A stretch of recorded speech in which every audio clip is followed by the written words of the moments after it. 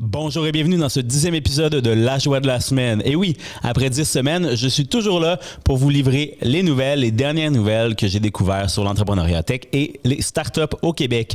Cette semaine, encore une fois, je vous parle de 5 événements qui ont attiré mon attention qui auront lieu la semaine prochaine. Cette fois-ci, je reviens à cette régularité-là. Notamment Investec qui aura lieu ici à Axé. Il y a également des opportunités que je vous partage, 5 comme toujours, dont un concours international livré par le Global Entrepreneurship Network. Je vais vous parler également des nouvelles qui ont attiré mon attention, notamment Amilab qui s'en vient à Montréal, donc c'est quand même une grosse nouvelle, et également des nouvelles qui font du bien, dont notamment un financement dans 4 organismes d'entrepreneuriat à Québec. Et comme chaque semaine, je vais vous terminer avec un court segment éditorial et cette fois-ci sur l'immigration et les entrepreneurs, vous allez comprendre. Nous sommes le 13 mars 2026, je m'appelle Guillaume Lajoie et en direct du studio de Startup Fest à Axé, je vous livre la joie de la semaine, ma chronique du moment sur la tech au Québec. Pour commencer, comme toujours, 5 événements, 5 initiatives qui ont été annoncées cette semaine ou qui auront lieu cette semaine dans le cadre des événements.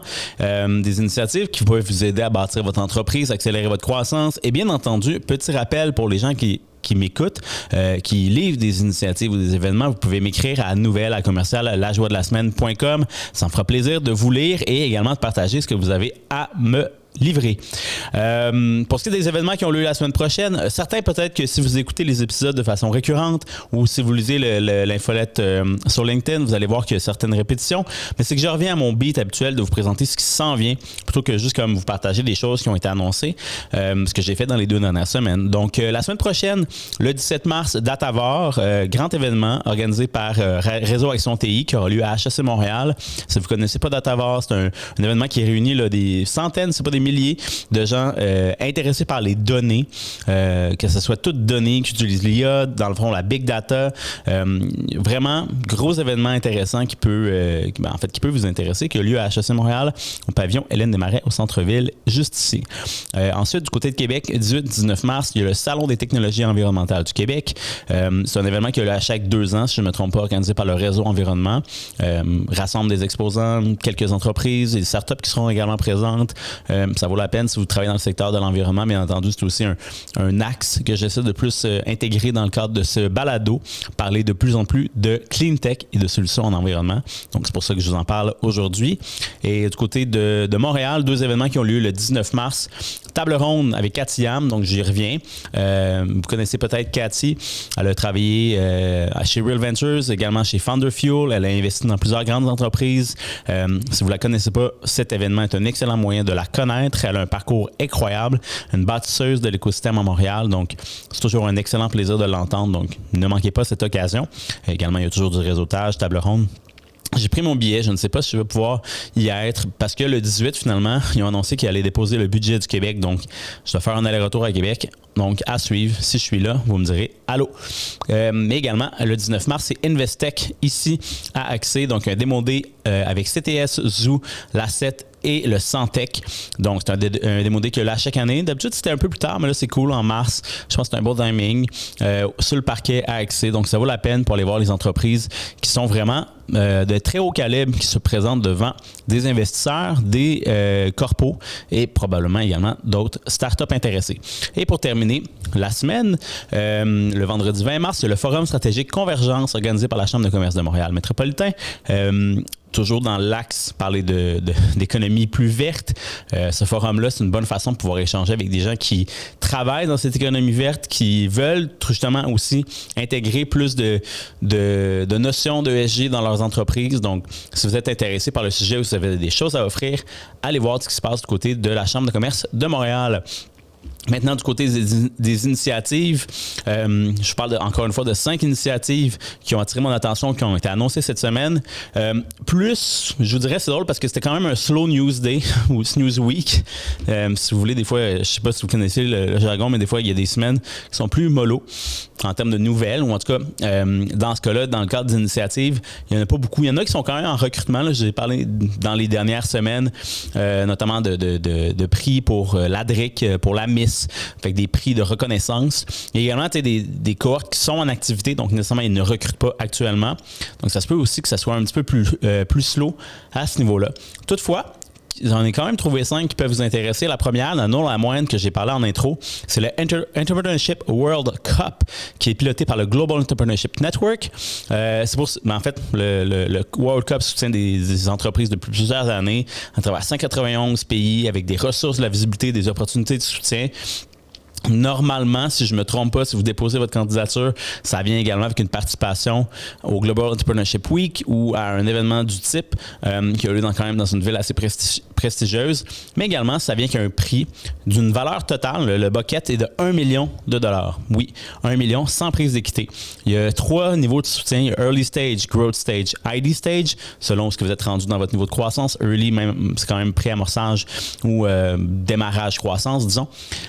Puis, vous pouvez gagner 200 000, 150 000, 90 000, 50 000 selon ce que vous êtes. Si vous êtes gagnant, runner-up, 3e prix, 4e prix. Même le Growth Stage, c'est jusqu'à 160 000 et ID Stage, 30 000 Donc, allez-y. Peu importe votre niveau. Je pense que ça peut être intéressant.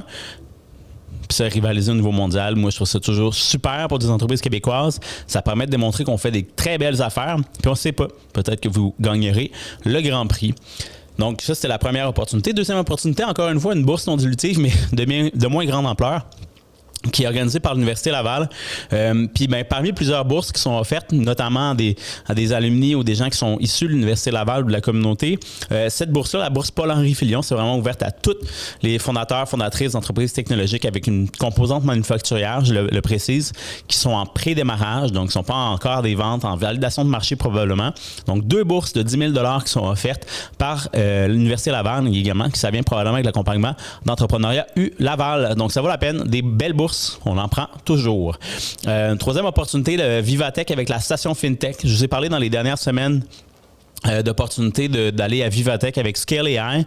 Cette offre-là est terminée, bien entendu. Toutefois, il y a une nouvelle opportunité que j'ai vu passer. Vous avez jusqu'au 20 mars pour déposer votre candidature. C'est en partenariat avec Québec Tech, mais c'est la station FinTech qui veut amener des entreprises qui sont dans les FinTech à Vivatech. Donc, ça vaut la peine. Si vous avez l'intention de commercialiser en France, en Europe, et vous êtes en phase avancée de commercialisation, opportunité à ne pas manquer. Quatrième opportunité, cette fois, encore une fois, une bourse, mais une bourse plus nichée. Dans le fond, c'est l'Aki 3i. Je vous ai déjà parlé de ceux de l'Aki 3i il y a 2 semaines ou la semaine dernière. L'Association québécoise des informaticiens et informaticiennes indépendants. Puis la Caisse des Tech offre une bourse de 10 000 pour récompenser les gens qui sont dans consultation. Donc, des consultants indépendants en technologie au Québec.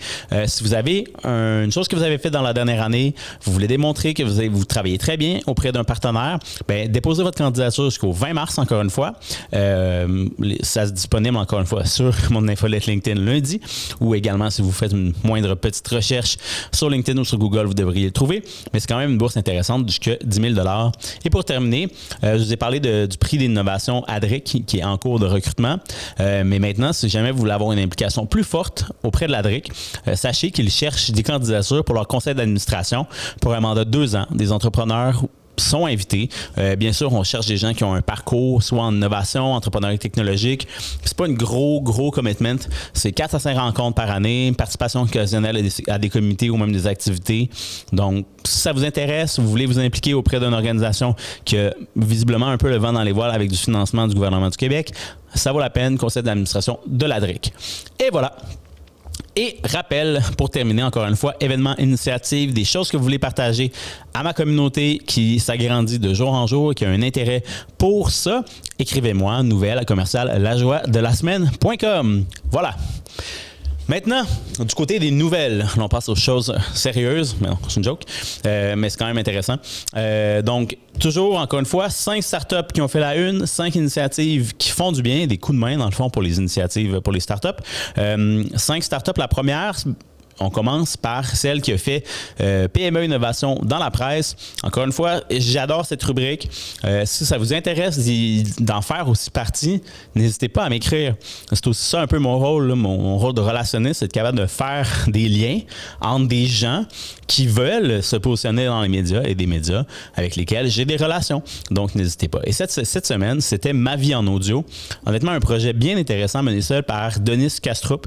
C'est un gars, dans le fond, qui littéralement veut développer ou développe en ce moment une solution pour laisser un leg aux gens, aux proches qui, avant de partir, avant de trépasser, Beau projet.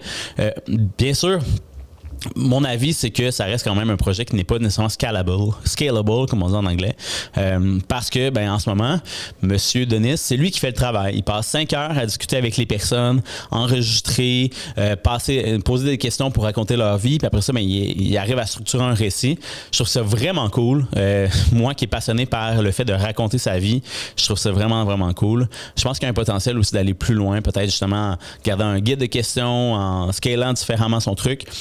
Il y a plein d'innovations automatiques qui se font dans ce secteur-là, mais je pense qu'il y a l'élément humain qui fait différent de ce que tous les outils IA qui peuvent se faire dans ce secteur-là. Bref, j'aimais beaucoup l'article, donc je vous en parle. Si vous connaissez quelqu'un qui travaille dans ce secteur-là, parlez de Denis, ou si vous voulez, bien sûr, allez à Paiement Innovation dans la presse, parlez-moi. Autre nouvelle, c'est dans le soleil, cette fois-ci, on parle d'Aplantex. Aplantex, c'est une compagnie qui extrait une molécule dans une plante aquatique cultivée à la verticale. Ça a une application dans l'industrie de la cosmétique, la santé naturelle, de la pharmaceutique. Première usine qui ont démarré à Boucherville. Maintenant, ils ont agrandi un petit peu, sont rendus à Québec, là, notamment. Parce que dans l'article du Soleil, il précise qu'avec l'investissement puis le partenariat d'Investissement Québec, ils ont réussi à avoir accès à une usine à 2 jours semaine pour être capable de continuer de faire de l'extraction qui permettent de justement avancer dans leur application de marché, essayer de finalement commercialiser leurs produits et qui sont actuellement en recherche de financement pour une levée de fonds en série A. L'article va vraiment en détail pour expliquer comment Aplantex fonctionne, mais également c'est quoi le soutien d'Investissement Québec dans tout ça. Probablement un beau positionnement de produit sur qu'est-ce qu'Investissement Québec peut accomplir, mais c'est un bel article, donc n'hésitez pas à aller le lire dans le Soleil la semaine dernière ou cette semaine. Tout dépendant quand est-ce que vous écoutez ce podcast. Troisième nouvelle de start-up que j'ai bien apprécié, parce qu'encore une fois, comme je vous l'ai dit par rapport au Global Entrepreneurship Network, j'adore quand des start-up québécoises arrivent à rivaliser avec d'autres et se positionner dans des concours nationaux canadiens, nord-américains, internationaux. Et cette fois-ci, c'est Optionality et Amical qui ont réussi à rejoindre l'accélérateur Google for Startups. Je pense qu'il y en a 10 startups qui ont fait le palmarès, donc 2 du Québec. C'est quand même très bien. Optionality, si vous ne les connaissez pas, ils veulent justement rendre plus facile l'évaluation des startups en vue d'une vente ou en vue d'une peut-être acquisition. Donc, très bel outil. Et Amical, si vous ne le connaissez pas encore une fois, téléphone qui permet à des aînés d'avoir accès à quelqu'un à 24/7 via leur téléphone. Donc, c'est vraiment une bonne solution pour la solitude des aînés. 2 entreprises du Québec qui vont rejoindre le parcours de 10 semaines avec tout l'accompagnement qui vient avec Google for Startups, c'est-à-dire l'accès à Google Cloud via des crédits spécifiques, l'accès à des outils qui ne sont pas encore déployés au grand public ou en tout cas aux PME notamment. Puis, ils vont finalement pitcher pendant le Toronto Tech Week du 24 au 26 mai prochain. Bon succès à ces 2 compagnies-là. On vous souhaite exactement ce que vous souhaitez par l'accélérateur. La grande nouvelle de la semaine, Amilabs. Si vous ne connaissez pas Amilabs, il y avait un bel article dans la presse dans la Mécana, je vous invite à aller lire, mais il y a même d'autres articles ailleurs. Mais c'est une grosse compagnie qui a fait une première levée de fonds en fait de 1,4 milliard. Ça, c'est un seed round. J'en reviens pas. Personnellement, je trouve ça un peu capoté. 1,4 milliard en seed round, mais c'est parce que la personne qui est derrière cette compagnie-là qui est littéralement passée du stealth mode à être affichée pour ouvrir 4 bureaux à Montréal notamment, mais également à Paris, à New York et à Singapour. C'est Yann LeCun. Yann LeCun, c'est le Yoshua Bengio finalement de l'IA, mais pour Meta. Donc, il avait vraiment déployé vraiment beaucoup son application IA pour toute la technologie d'application dans les données réelles, avec la captation de capteurs, mais également pour l'application avec la réalité virtuelle. Bref, un geek d'IA qui a réussi à aller solliciter des investisseurs un peu partout à travers le monde, notamment auprès de Jeff Bezos. Donc, bel article dans la presse. Moi, je suis quand même content d'entendre ça parce que ça veut bien dire qu'il va y avoir un retour un petit peu dans l'investissement ici à Montréal, on espère. Donc, voilà, belle nouvelle de Amilabs. 2 dernières nouvelles de levée de fonds. Femtum, qui se spécialise dans les solutions de laser avancé, qui a annoncé un financement de 16 millions de dollars avec la BDC et la participation de 7 autres fonds, dont notamment ici au Québec, Fonds de solidarité FTQ, I4, Boreal Ventures, Cantasset. Donc, bravo Femtum avec ses solutions qui vient notamment de Cantino à Québec. Donc, bravo pour cette belle levée de fonds en série A. Et Airbot 9, si je ne me trompe pas dans la prononciation, développe des robots à câble qui aident les manufacturiers à maintenir leur productivité, à rester compétitifs, même dans des environnements environnements les plus complexes. Je lis leur description sur leur site web. Mais ça sécurise. Ils ont réussi à sécuriser 3 millions de dollars pour assurer leur déploiement à l'international grâce à Investissement Québec et d'autres investisseurs. Donc, 2 belles levées de fonds annoncées cette semaine. Bravo à tous les deux. Continuons dans les financements, mais cette fois-ci du côté des bons coups de la semaine. Donc, on parle d'initiatives, d'organismes et d'acteurs de l'accompagnement. 4 organismes de la Ville de Québec, comme je l'ai dit en intro, ont un financement de la Ville de Québec. C'est 3,7 millions qui ont été accordés grâce à la vision entrepreneuriale du Québec 2030, propulsée par le Fonds de la capitale nationale, ainsi que du plan commerce 2022-2025. Ça, c'est la description complète de où vient le financement. Donc, je dis bravo à 2 degrés, Cantino, Le Camp et le Fonds d'emprunt du Québec. Donc, bravo à ces 4 organismes-là qui offrent déjà de l'accompagnement et qui vont continuer de pouvoir accompagner un nombre important d'entreprises au Québec, à Québec principalement. Donc, Ville de Québec, shout out. Vraiment, vous faites un excellent travail pour être capable de propulser les incubateurs accélérateurs. 2 autres nouvelles qui font du bien, notamment, mais sur le côté de la défense. Je commence pour la première qui vient du côté de BDC. BDC, un peu plus tôt cette semaine, annonçait qu'elle allait avoir un financement supplémentaire de 1,2 milliard accordé par le gouvernement fédéral en vue de soutenir encore plus les PME qui se développent des services qui vont justement pivoter dans le secteur de la défense. Donc, si vous êtes dans le secteur-là, ça fait plusieurs fois qu'on en parle. J'ai même fait un segment complet. Il y a eu la stratégie de défense qui a été annoncée. Oui, c'est en ce moment, comme on dirait que tout le monde va aller dans ce secteur-là parce qu'il y a énormément d'argent. On s'entend qu'avec une guerre en Iran qui a été déclarée la semaine dernière, on dirait que ça donne un peu le ton aussi sur le fait qu'il va y avoir de plus en plus d'actions dans ce secteur-là, à notre grand désarroi, je dirais, mondial. Mais c'est ce qui est ça. Il y a une volonté d'aller investir plus finalement, puis on doit se rendre à 5 % de l'investissement du PIB pour le temps, donc on n'a pas le choix.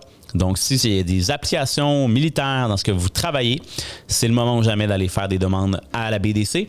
Et je préciserai que la stratégie industrielle de défense précise quand même 10 secteurs. Je l'ai nommé l'aérospatial, les munitions, les systèmes numériques, le soutien en service, la protection du personnel, les capteurs, l'espace, la fabrication spécialisée, la formation, la simulation et les systèmes autonomes. Tous des secteurs où en ce moment on cherche à investir. Et BDC va même plus loin en disant que si on investit dans vos entreprises, on va également vous mettre de l'avant dans tous les partenaires alliés de l'OTAN. Donc, ça peut être vraiment bénéfique pour votre croissance. N'hésitez pas. Et deuxième nouvelle, dans le secteur de la défense, c'est du côté du CNRC. Donc, plus du volet recherche. On vient de soutenir avec une injection de 900 millions de dollars pour ce qui est du PARI. Donc, le programme d'aide à la recherche industrielle, si vous avez jamais bénéficié de ce financement-là, ça vaut énormément la peine. Puis même avec la collaboration du ministère de la Défense nationale, on vise la création d'un centre d'innovation en matière de drones qui sera basé autant à Ottawa que dans la région de Montréal. Fort à Paris, que ça va être du côté de Saint-Hubert à Longueuil, pour être capable d'augmenter les capacités nationales dans le domaine des drones et de la technologie aérospatiale. Donc voilà, honnêtement, j'ai rien à dire. Énormément de financement qui vient du côté du fédéral en défense. C'est sans surprise. On en parle depuis longtemps, mais on voit que ça continue et que ça continue. N'attendez pas à voir l'application en défense de vos solutions. Deux dernières nouvelles qui font du bien. L'appel en projet Formation du gouvernement du Québec. C'est un appel qui a été annoncé par Pascal Derry pour justement aider les entreprises à, en fait, innover en matière d'IA. On parle d'une enveloppe de 10 millions de dollars pour créer justement des programmes qui vont faciliter le passage à l'utilisation de l'IA pour les employeurs. Personnellement, je trouve que 10 millions, c'est pas énorme, mais ça commence par une première impulsion. Puis les projets qui veulent être déposés justement dans ce secteur-là, ça peut être ils doivent travailler avec des CSMO, donc des comités sectoriels de main-d'œuvre ou au sein d'associations d'employeurs. Donc, si vous avez des solutions à offrir, parlez avec ces organisations-là. Peut-être que vous pourriez obtenir un financement pour déployer vos solutions en IA. Et dernière nouvelle, une nouvelle qui fait moins du bien, mais une nouvelle que je préciserai parce que je trouve ça important. Je connais beaucoup l'organisme, mais c'est pour annoncer le départ d'Isabelle Thibault de Esplanade Québec. Isabelle, si tu écoutes le podcast, ben voilà, je te remercie pour tous les bons services que tu as fait pendant les 3 dernières années au sein d'Esplanade Québec. Et je sais que même dans votre annonce, vous avez démontré une volonté d'aller faire une co-direction intérimaire avec Marie-Christine Desharnais, la directrice des programmes, et Laetitia, directrice des ressources humaines et financières, qui va prendre le relais. Donc, voilà, c'est tout ce que j'avais à dire pour terminer. Bravo Isabelle pour tout ce que tu as fait. Je te souhaite le meilleur pour la suite. C'est bien dommage.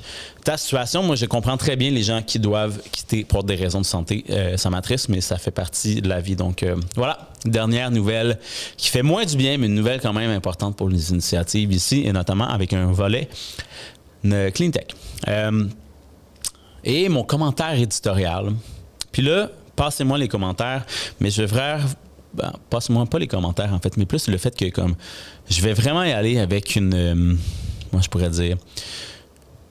un angle qui ne plaira pas à tous, mais ça ne me dérange pas, puis qui va clairement donner une teinte de comment je vois ma proposition politique. C'est qu'en ce moment, dans les plusieurs dernières années, avec un gouvernement qui n'a pas été le plus accueillant envers les immigrants, on est en train de se tirer dans le pied. Je vais vous dire pourquoi.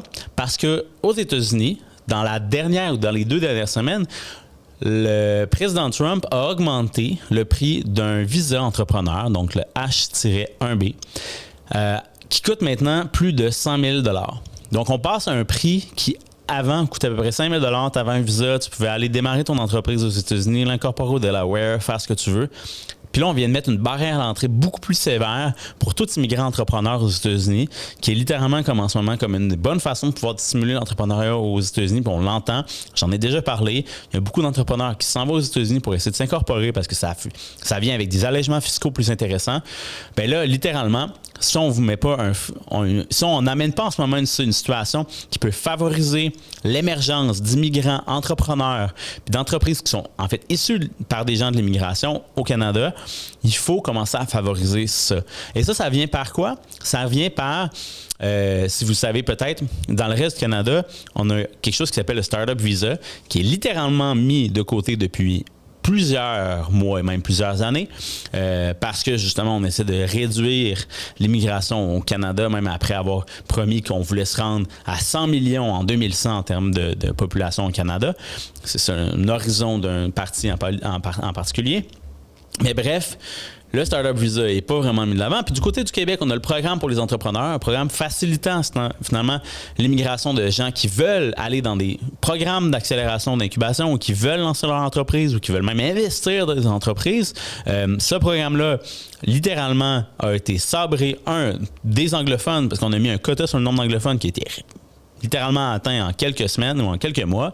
On a même un programme plus large pour les francophones qui est réduit au maximum parce que ce qu'on veut au Québec, visiblement, c'est réduire le nombre d'immigrants qui viennent s'installer au Québec, même carrément, là, puis je vais le dire très d'emblée, on dirait qu'on veut en foutre dehors qui sont déjà ici parce qu'ils sont immigrants temporaires, ils sont pas capables d'avoir accès à un permis. Avec le programme d'entreprise québécoise, d'expérience québécoise qui se termine, on a envie vraiment de comme laisser tout le monde partir alors qu'ils sont investis dans notre société.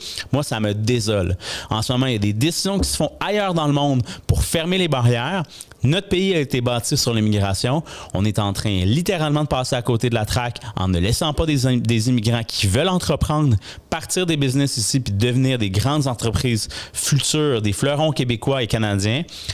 Je vais vous le dire, moi je trouve ça dommage. Et puis s'il y a des gens ici qui m'écoutent puis qui portent la même opinion que moi, je vous invite à en parler avec les futures personnes qui se présentent, en fait les personnes qui se présentent comme futurs premiers ministres du Québec, parce que c'est pas comme ça qu'on va bâtir un Québec entrepreneurial, un Québec économique. C'est pas en fermant des barrières, mais en ouvrant nos mains, en ouvrant nos portes à ceux qui veulent se lever les manches, comme je le fais, pour être capable de bâtir un Québec. Donc, voici mon commentaire éditorial pour terminer. Ça vient notamment inspiré d'une lecture que j'ai lue dans un article de McLean's sur l'opportunité manquée de l'immigration entrepreneuriale au Canada. Je vous le partagerai en rubrique là, de mon infolette LinkedIn, mais je termine là-dessus. Puis moi, j'ai envie là, de faire un appel. Si vous êtes candidat pour être premier ministre au Québec, venez parler aux entrepreneurs ici à Accès. Parlez-leur de votre vision de l'entrepreneuriat. Et si ça n'inclut pas les immigrants, vous allez probablement être chahuté hors de la scène, mais je m'en fous.